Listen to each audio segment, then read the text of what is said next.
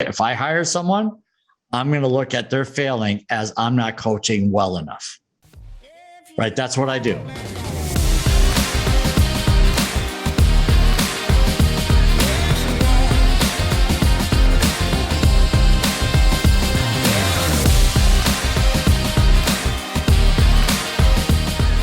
What's up, everyone? Welcome back to Campfire Capitalism. I'm your host, Desmond Dixon. And today, once again, no Queen Heather herself. She'll be back soon. But today we have an amazing guest. We're talking sales again with my main guy, Harry Spaight. And this guy is a heart-centered leader in the sales industry. He serves others by mentoring people and growing their business and sales without pushy tactics. He's a keynote speaker, coach, and author of Selling with Dignity, Your Formula for Life-Changing Sales Results, aka Ring the Register, and the host of the Sales Made Easy podcast, because we like sales to be easy. He works with entrepreneurs and sales teams to elevate their craft of selling and succeeding with dignity for their clients as well as the seller. Harry, man, welcome to the show. Man, it's great to be here. Desmond, what's a good word? What's up, man? You know, just another day in selling paradise, man. That's All about right. it. A little playing words since I'm on the coast. So, dude, man, like your background is like pretty crazy. And hey, man, so your background is like pretty crazy, man. And I'm like really, really, really impressed with just like your depth of knowledge in regards to the sales industry, especially since I'm a sales guy through and through. So before we kind of get into a little bit of your philosophy and your methodology around selling with dignity, give us an idea of who Harry is, how Harry became Harry, and a little bit about your journey, man. Okay, cool. So I apologize for the dogs, but they come and go. But the thing about me is that before I got into sales, I was a missionary. So it was all about serving people. And then after we were leaving the mission work, I was in my mid-30s. I was looking for a career that would provide for a new family. And I had a janitorial business prior to support the mission work. So I didn't want to go back to that. And I really wanted to capitalize, right? Capitalize on the fact that I was a decent communicator. So I went into sales, and it wasn't an easy transition because having on my resume janitorial business and missionary was not exactly the background that hiring sales managers were looking for. So finally, someone felt sorry enough for me, gave me an opportunity, but I went in with this mindset of serving, which it ultimately defined my career. So yeah, it's a different background than most, but I made it work. What's your thought? I mean, dang, man. So, okay. All right, let's unpack this a little bit. So you did some missionary stuff, and then you owned a janitorial business. So like, how did those skills like translate directly into, you know, your sales career? Yeah. So the mission work was all about communication. So like we spent a couple of years in the Dominican Republic, for example.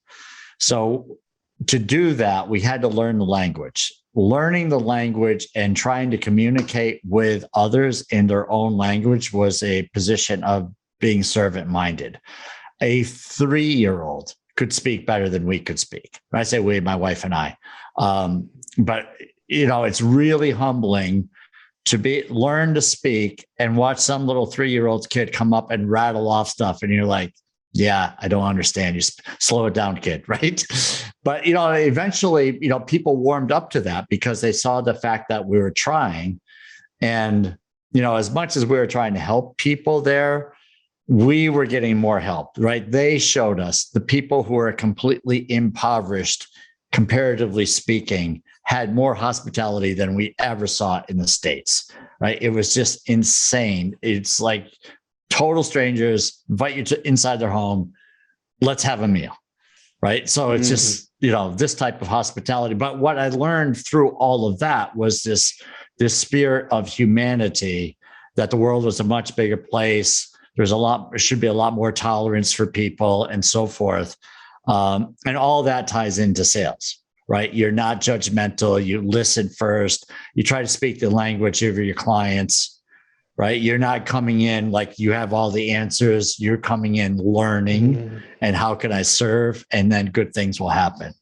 On the janitorial side, I mean, work ethic, right? The fact that I could work in the middle of the night while the rest of the world was sleeping is like, I know what hard work was like, and I could bring that into sales. I wasn't looking for the easy way out. And sometimes people say, well, I'm looking for something easier to sell. It's like, that didn't even cross my mind, because this selling is a whole lot easier than, cleaning toilets at 2:00 in the morning for some trucking company, right? It's not pretty.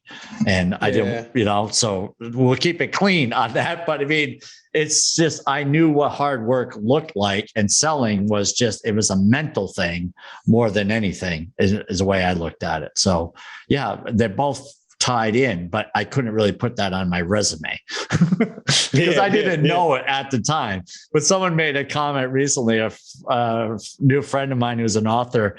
He said, so the janitorial, the cleaning toilets, and the praying was what you needed in sales leadership, right? Because you clean up a lot of stuff and you pray a lot that your deals go through and your team hits their number. And I was like, yeah, I guess I never looked at it that way, but it definitely is true.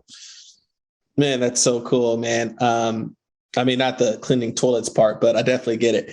The pun was, but yeah. Dude, like, it's crazy, man. Is like, as you know, like, I recruit sales guys, and the main difference, there's two main differences, obviously, between the ones who like crush it or even like show, like have some progression, and the ones that kind of just like, fall on their face, and churn out, are the work ethic, man. I think that's huge. Like, even the mindset around work ethic, like that, if that question comes up, is there an easier sell? Your come from is just not in, like, it's just, your come from is like set up for failure. Like, it shouldn't be like, what's the easier sell? It's like, what's a problem I can solve? Or, it's like the different come from, right? You're coming from a place of, what can I give or get from this? Or what can I do, like, on my end and not on the other person? So I thought that was cool. So talk to me a little bit about, like, your sales man. Like, you said you became a sales manager, right? Like, you got into sales. So talk to me about your career there and some of your, like, ups and downs, and, some moments that you like to share with the audience. Yeah. So thank you for asking. So having this servant-minded attitude actually translated well into leadership, but I did not know this, right? So I looked at sales leaders as the ones that had the corner office, and they all did. They loved the corner office, and they barked orders. And I was saying, like, look, I'm going to lead with my team, and was out in the street with them. And that wasn't really working out real well. And I was kind of lost. But eventually, so I actually got removed from my position as a sales manager and got into a reduced role. It's still in sales leadership, but it wasn't the same. Well, a couple of years passed, and a new sales leader, a new VP of sales came in and said, why are you not, you love, working the room, right? You're servant minded. Why aren't you in sales leadership? And I said, well, long story short, it didn't work out, my previous boss, but I'm interested again. And so I got a new role, which I was going to lead a team in Washington, D.C. And the company president was against it. VP of sales says, look, let's give him a chance. And so that team originally was writing somewhere around $5 million a year, right, in sales, copier sales in Washington, D.C. I got on the team as a new sales manager, and within 3 months, there was one person left. Right. So they're all, once that person that was leading the team left, it's like everyone left. They started looking for jobs, and it was like, uh-oh. And so the VP of sales is looking at me as like, we still believe in you. Right. I need you to sell. I need you to step it up for the people that are missing. Sell as much as you can. We're going to help you build a team. And I ended up building a team. Of course, the team became number one sales team for the company for, several years.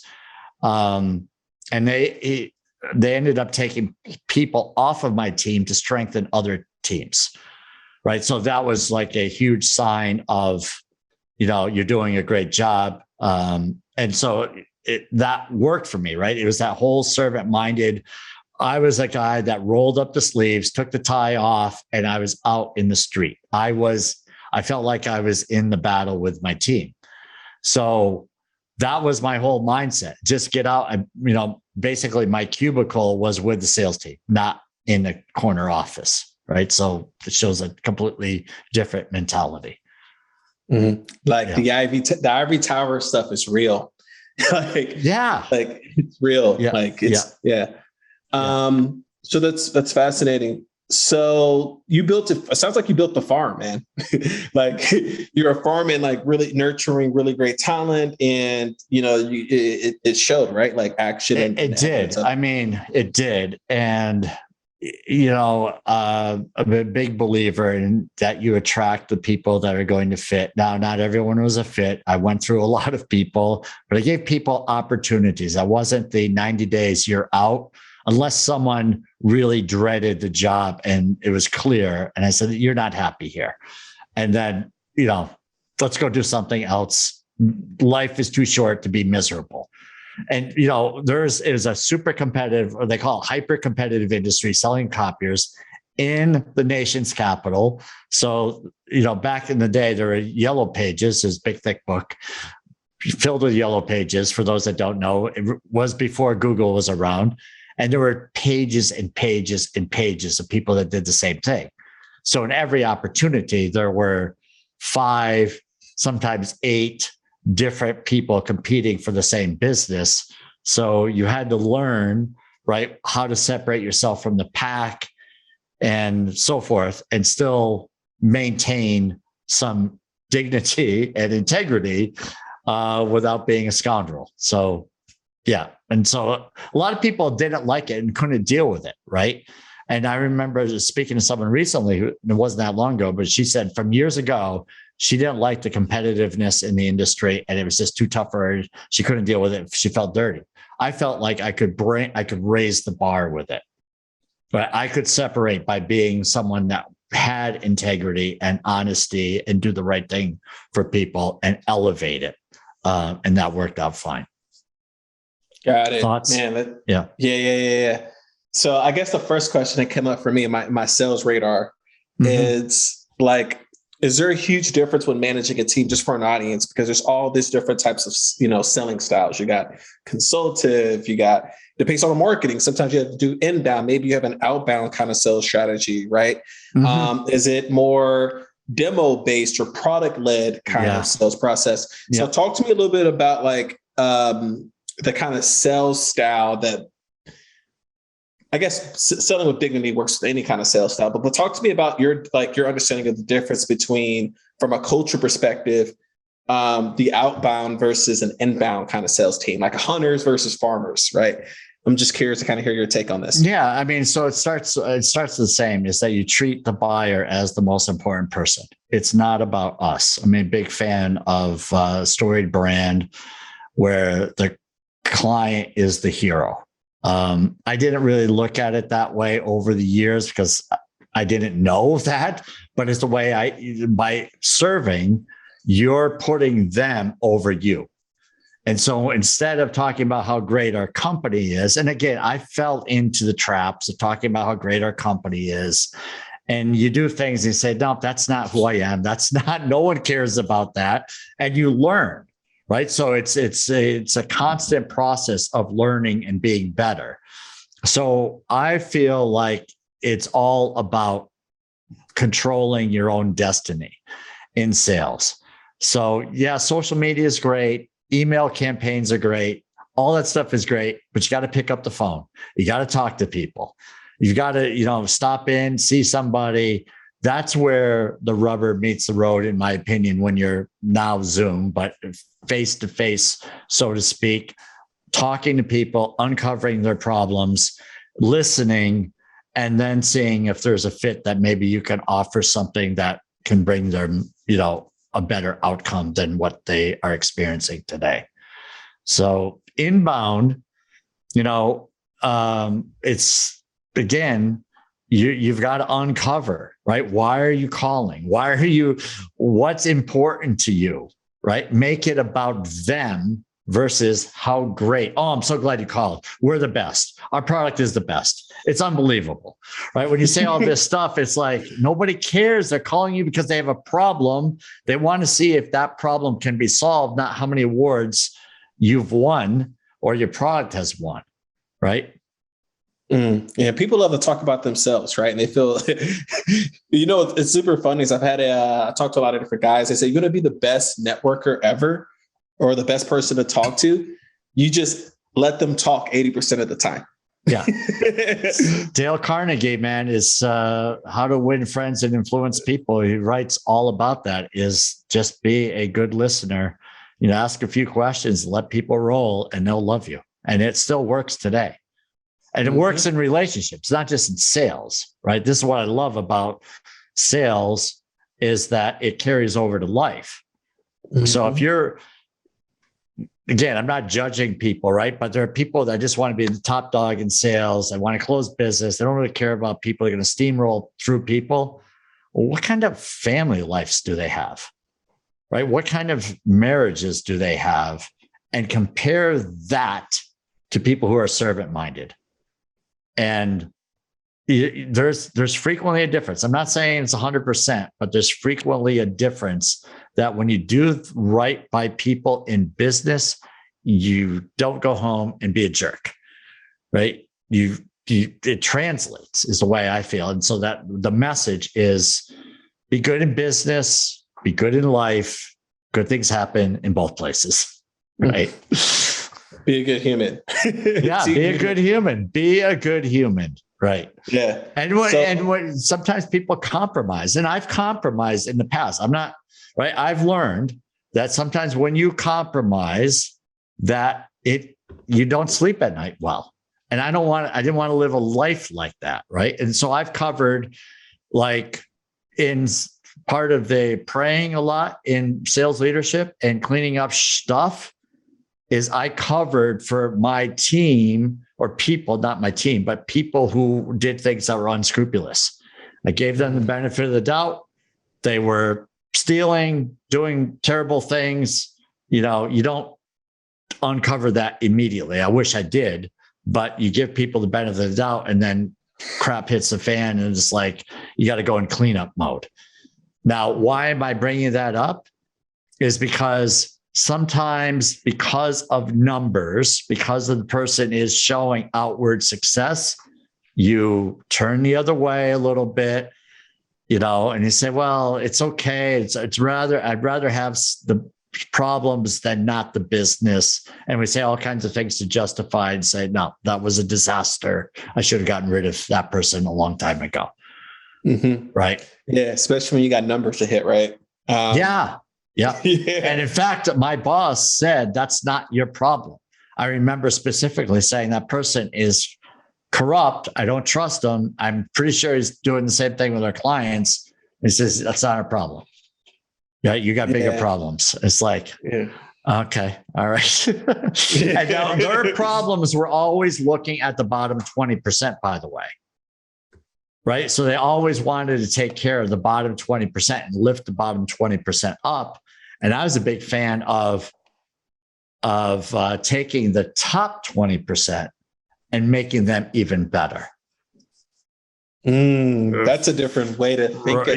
Yeah. I mean, so after giving that some thought, it's like, okay, so I've got a person that is already really good. How can I make them so that they never want to leave and are like making tons of money and are real superstars, and just give them, the golden handcuffs, so to speak. But it was done in a way that they were providing for their family. We were helping them grow their business, and we were not, and then their spirit of generosity, interestingly enough, they became more helpful when they saw that I was helping them be better. They became more helpful to the team. So it's like I was setting the example. Look, I'm going to help you, but I'm going to ask you to help somebody else elevate their game. And that worked swimmingly. during the time I was there. So I think this is a super interesting segue now, like where I was going to ask you next was, I love your philosophy on focusing on the top 20%. I haven't thought about it that way. I'll like in terms of, I'm a big fan of personalization for each member when I manage the sales team. However, also the hardest thing too that I wanted to, where I was going with this was the bottom 20%, right? The bottom of the sales team. Yeah. My belief, and I'm interested to hear your take, is I am a huge fan of cutting the worst performers sooner rather than later, just because that energy is like a cancer into that, like in the sales team, like that, it's like unconscious, like, everyone, it's like that dirty laundry that everyone can smell. Right. I hate to say it like that, but and I've seen in some cases that the sales team performed way better short-handed when the weak links were cut, right? It's like almost like the team rallied. Yeah. So I'm pretty much interested in your philosophy around like, poor performance and like how to manage that better, right? Because it's super important. It's energy. Yeah. Okay. So I'm a human first, and I read the book Winning by Jack Welch, and he's a big fan of getting rid of the bottom 10%, whatever the number is.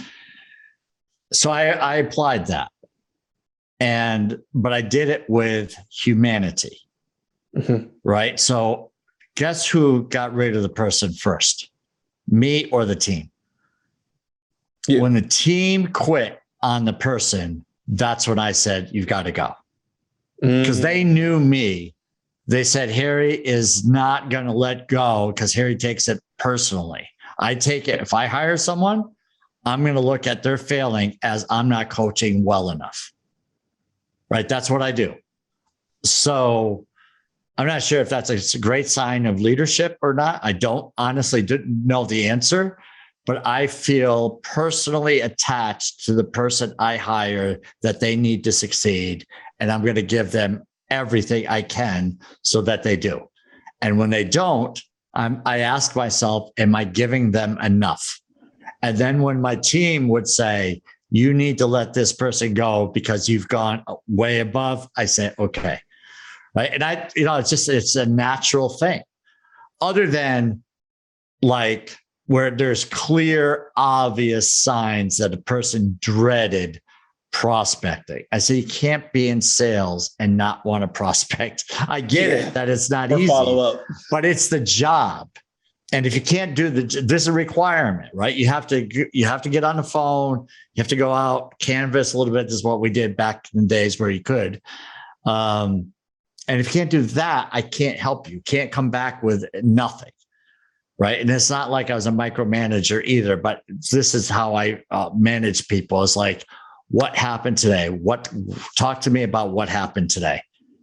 And if the answer was nothing much, no one's interested, whatever, is like, that doesn't happen, right? You've got to have some conversations. Give me a conversation. And, if I kept I'm not getting any conversations, we work on the skills a little bit and it was still nothing. It was like, okay, we're not making the calls, right? I don't have time to micromanage everybody. And I let people be adults. You say you want to be responsible. You want to own the business, so to speak. You got to do the work, right? And, so those things kind of take care of themselves. Okay. All right. I got another contrarian question for you. I mean, these are just all things that like I'm experiencing in real time in real life too. Yeah. I have a scenario for you, and I'm really interested to kind of hear your view on it. Okay. So let's just say, as you know, earlier in this interview, you just said like, you'll know in 90 days based upon like an average development if this person's like a good fit or not. Mm-hmm. In some cases, you'll see right away, right? Yeah. Is it possible to see this? Like, okay, do you think rapport is something that could be developed if someone like building rapport with clients can be developed? It's like a part of integrating a new salesperson, right? Because obviously they're getting integrated, learning the internal workings of the company, like your customer acquisition channels and the sales process. And let's just say they're over analytical, like how, based upon like all the sales guys that you brought on, was did they did some of them struggle with rapport sometimes in terms of like getting out of the books and like dropping into their heart and doing more, service based? Like, how long was that learning curve for you to like get the guys to buy in on the so part? Those human skills is not everybody. Some are really good at it and others not so much, right? So I looked at it in the sense that it really comes down to, sales is performance, right? And if you hire somebody and I've done it, right, where they couldn't know enough before they made calls. It's like they had zero confidence. They couldn't know enough. It's like, you gotta trust yourself. You gotta trust the fact that you can communicate and you're not going to have all the answers. I would say I still don't have all the answers. Right? I know more than you do, but people are still going to throw me off. And I'm going to say, I don't have that answer, but I'll get back to you by the close of business or by noon tomorrow. I always had my answers, right? So that I could say, I don't know, and feel comfortable that I could still have credibility.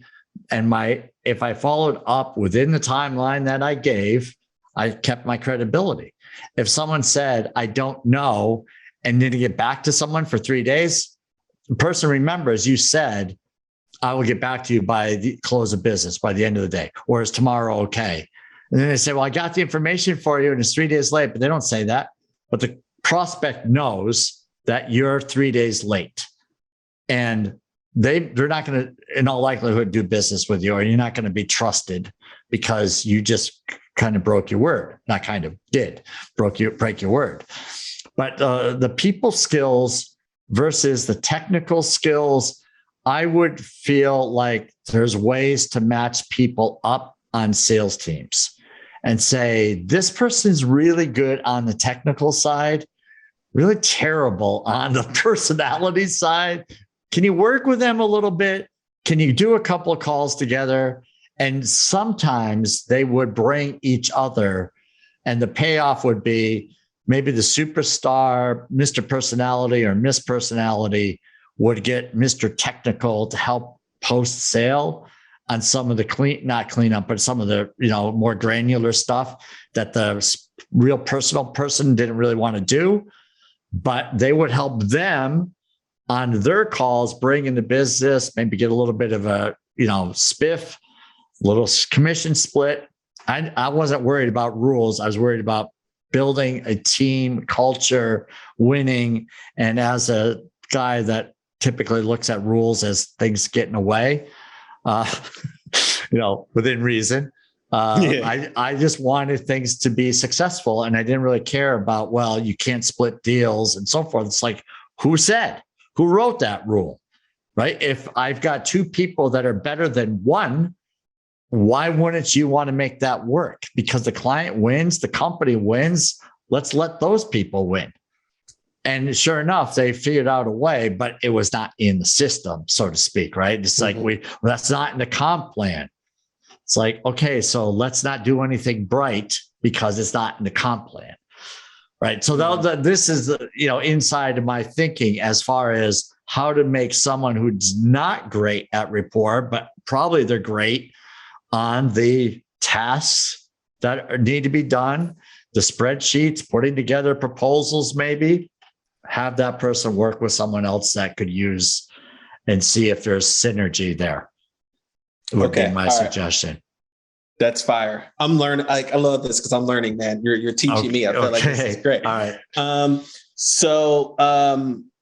I got really two more specific questions. I guess the first question would be, I love incentive plans because incentives drive behavior.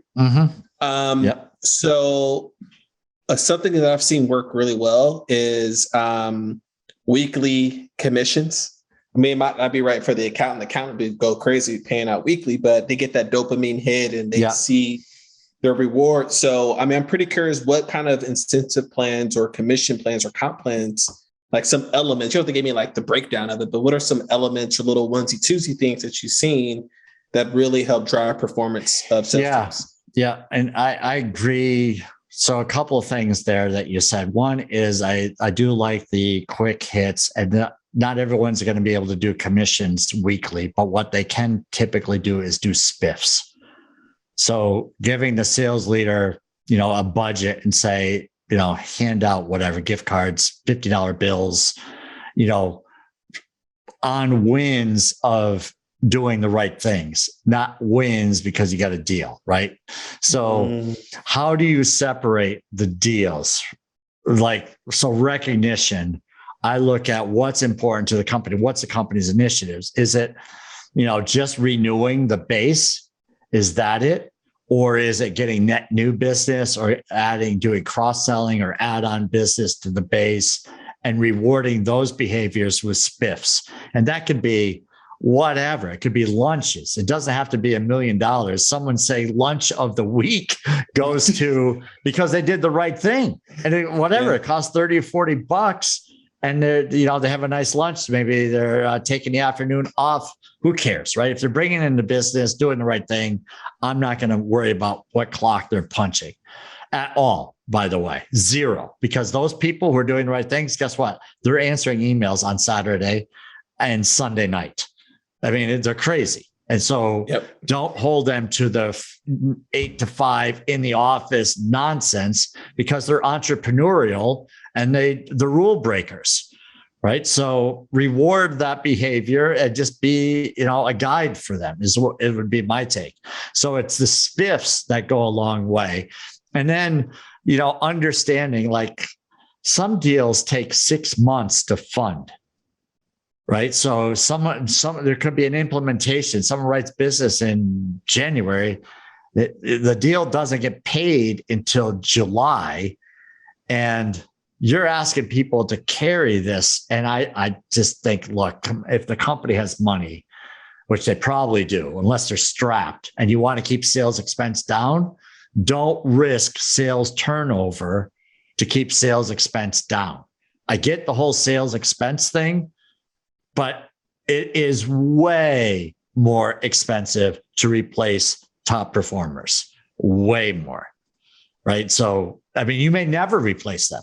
It may take years to replace a top performer. And you go through all the salaries, the lost time, and so forth. So it can cost hundreds and hundreds of thousands of dollars because you lost someone because you don't want to pay percentage of their deals. Keep them happy, right? And so people need to pay their bills, find ways to keep them happy would be my thought. And then, you said this other thing, and am I talking too much? Because you're on fire. Keep going. Okay, I love it. You're on fire.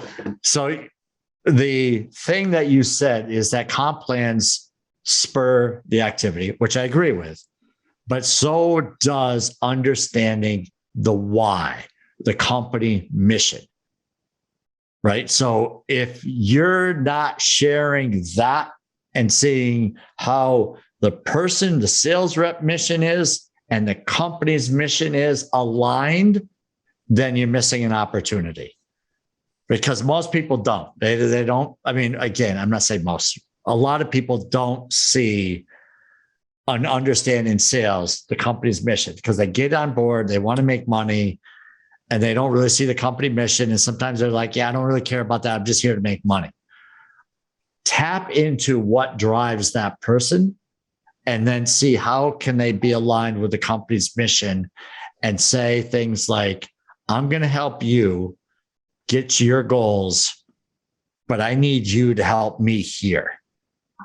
And being aligned there can really see a big attitude change when those conversations happen one-on-one outside of the office, whether it's over a glass of wine or a nice lunch or something, can go a long way.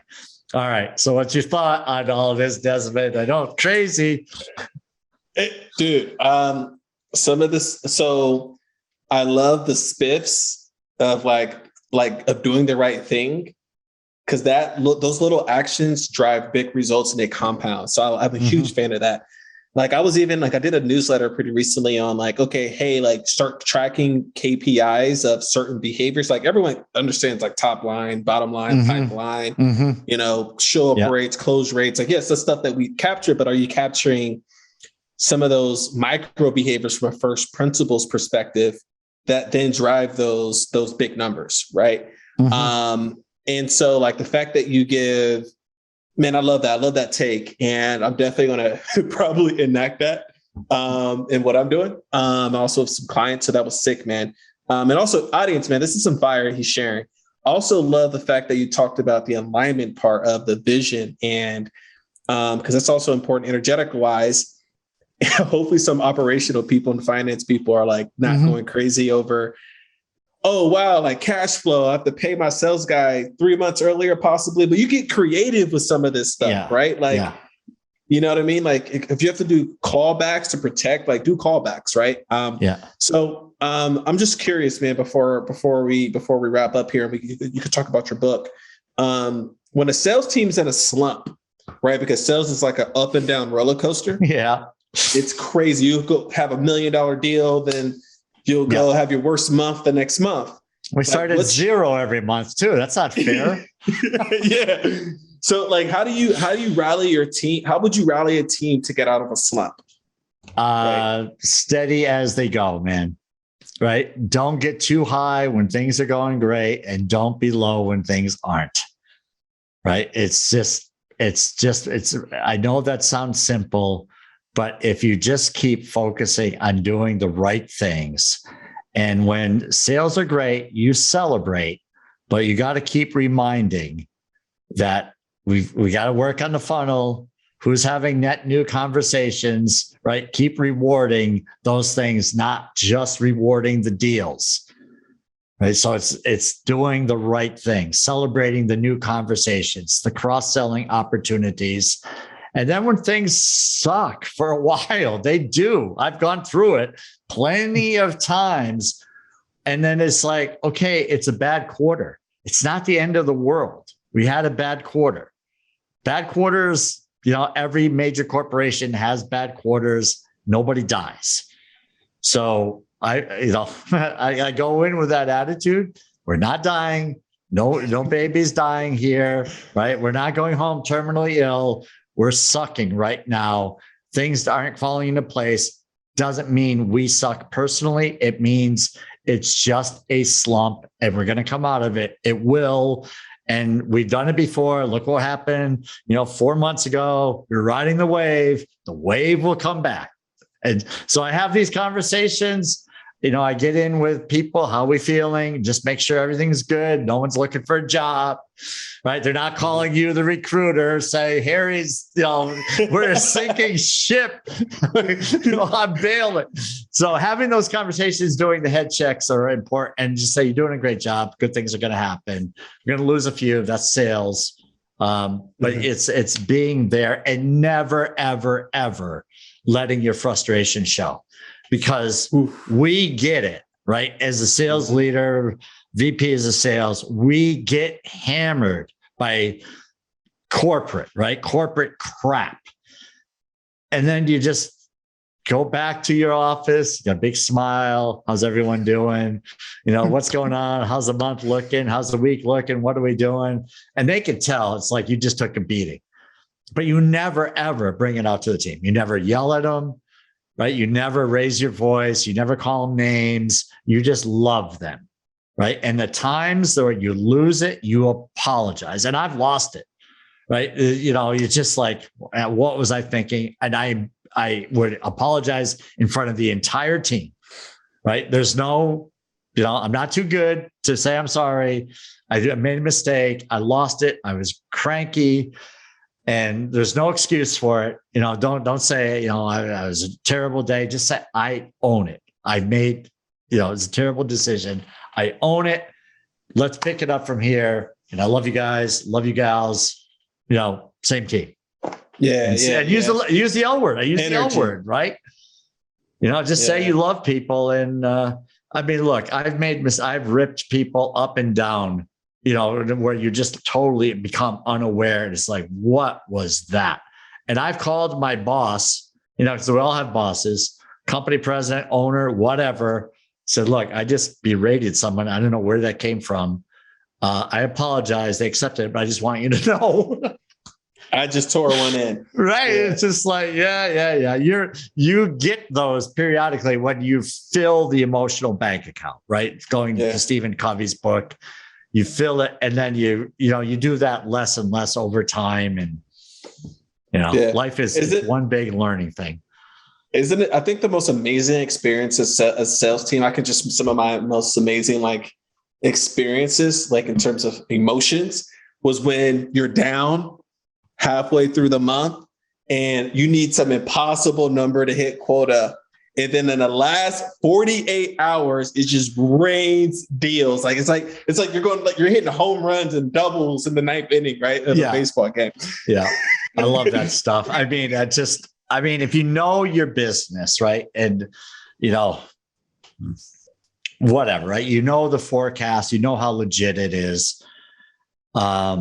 I remember being on the 23rd of the month, and I'll never forget, we had 0 on the board, 0.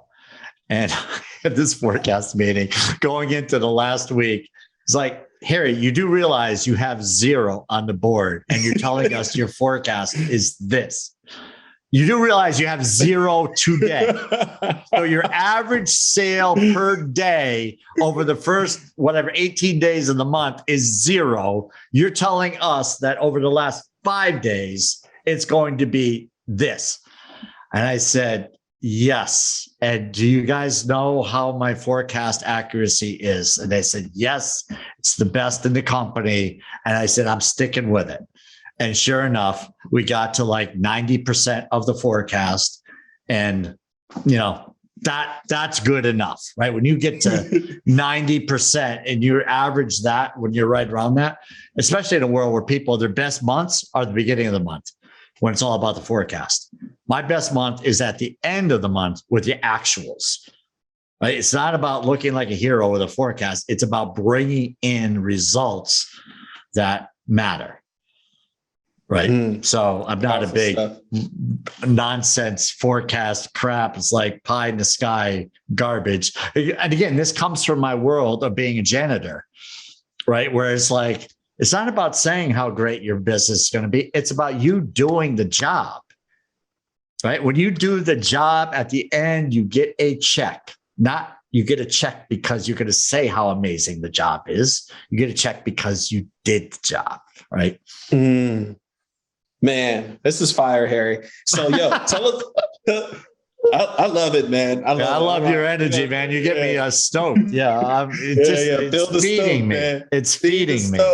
Yeah, it's definitely feeding me. So let's talk about this book, man. So talk to us about what inspired you to write the book, and kind of give us a breakdown of what's the benefit of reading the book, and also how these people can find it.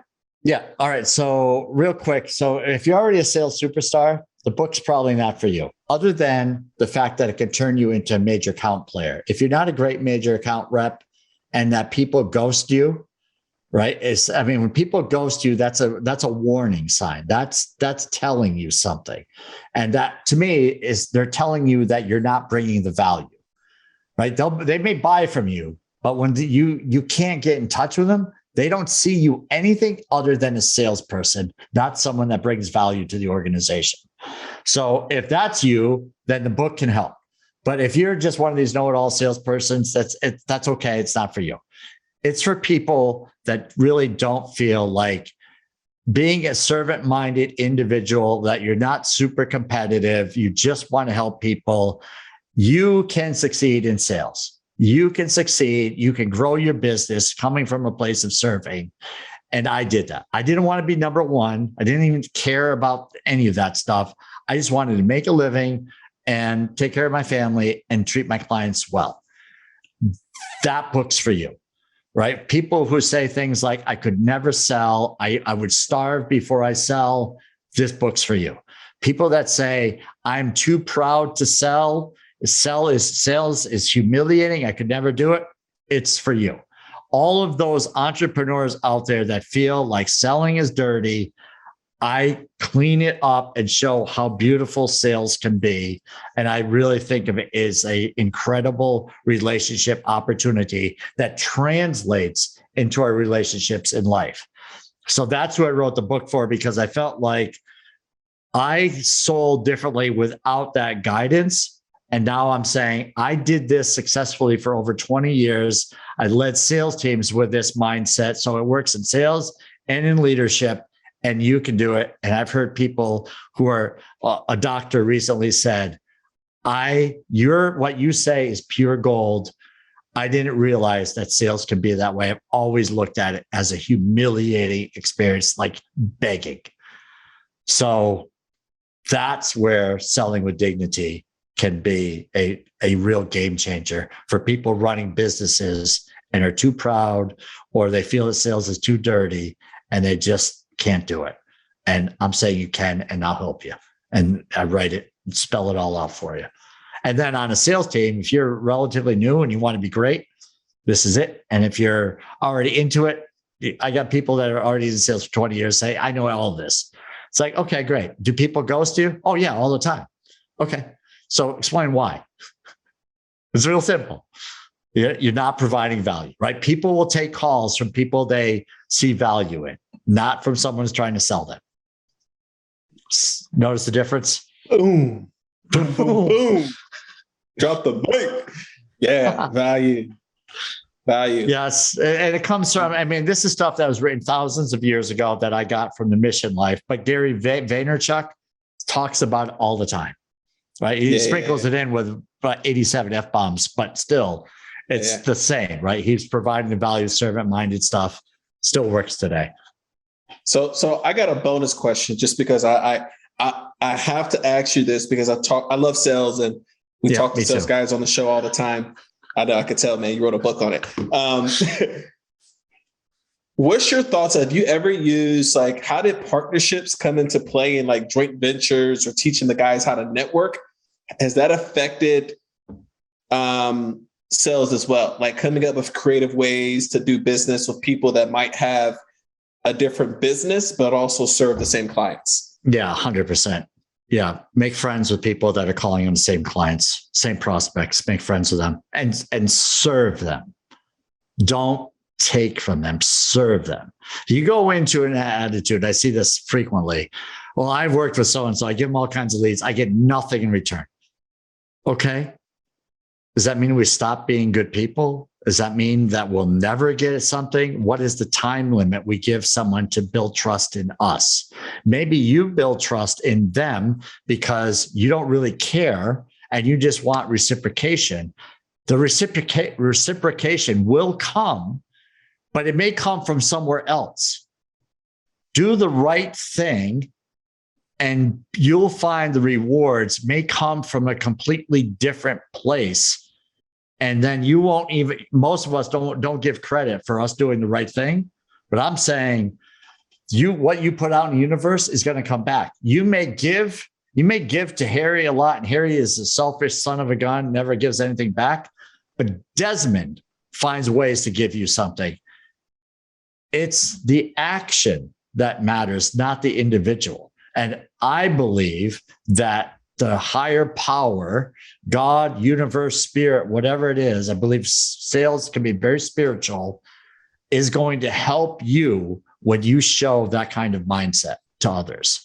So partner with people, serve them, and great things will happen. And yeah, it's best when there's synergy, when you find like-minded individuals that are all about serving too, but they're not everywhere. Right. So just got to keep doing it. Yeah. Just keep doing the right thing. Right. Just keep doing the right thing. And it's the way life is. And guess what? I'll give you a pat on the back. I'll give you the pat on the back that you want. They did the right thing. Cause salespeople's like, oh, I did so much. I'm not getting anything in return. It's like, pat on the back. You got it right there. I'm giving you a hug. Keep doing it. This is sick, man. So I just want to keep showing you guys the evidence. Like there's clues of success. And so hopefully you guys are starting to see the patterns here, that it's all about serving and providing value and listening. and not being attached and having an abundance mindset and working hard. I mean, these are all evidence, no matter what industry you're in, where you are. Oh, this is so fire. So Harry, thanks for coming on the show, man. This was great. We're so blessed to have you, man. It's been awesome, Desmond. You are amazing. I love your energy. Keep serving people. Good things will happen. Talk to you soon, my friend. All right, peace. So guys, thanks for coming to the campfire. It was great having you. Thanks for giving us your most precious resource on the planet, which is your time. We're so grateful for that. So if you don't mind, if you think that this was, super valuable, feel free to share it with some people through email, post, whatever, what it looks like for you. Don't forget to go check out Harry's book, the show, in the show notes there, and we'll see you at the next campfire. Peace.